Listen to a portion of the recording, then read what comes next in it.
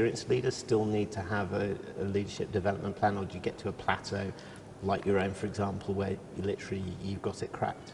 I think there is no doubt that the more senior and the older you get, it is probably more difficult to do that, but it doesn't do anybody any harm to appraise themselves of their own values of leadership.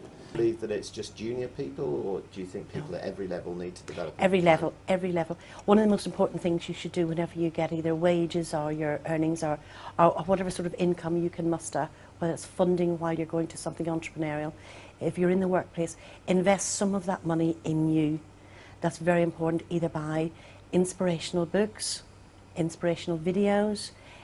Treat yourself to a coach, very, very important every now and again. Maybe you don't need one on a permanent basis, but a visit to a coach can help you sort of dot your I's, cross your T's. To quantify, gosh. Well, let's put it another way. Let's say what are the most important strengths to focus on?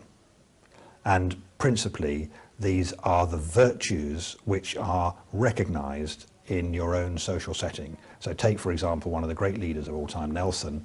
He was somebody who built up both his own practice and his reputation for virtues that were recognised in his society, virtues of courage, integrity, a sense of vocation and purpose, service, and so forth.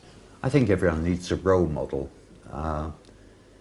And certainly I had a role model in Mark Weinberg, who I've worked with since I was 23, so it's for a very long time. He was immensely successful, and he was my role model, my mentor, etc. And everything he did, I'd analyse whether I should do similar things or what I should do to hopefully become a better leader.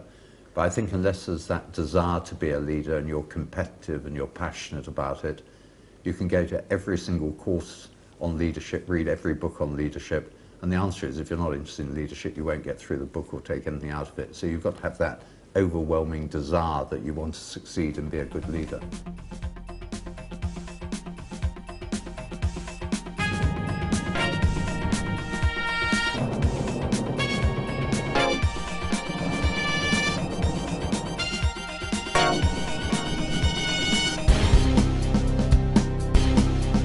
Personally, I think that absolutely everybody needs to create a personal leadership plan. Why wouldn't you?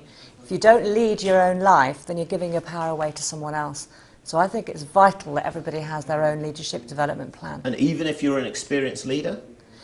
It's about learning, isn't it? It's about where you start. If you realise that you have to start somewhere to become a leader of your own life, then you have to put something in place. It's about having goals, isn't it? If you don't know where you're going, how are you going to get there? That's one of the essence, the elements, basic elements of leadership. I think more and more big companies now, particularly for managers and senior leaders, are including within those plans some essential leadership skills. So they're not often called leadership plans, but more leadership elements are starting to appear in a structured way in the development plans of individuals.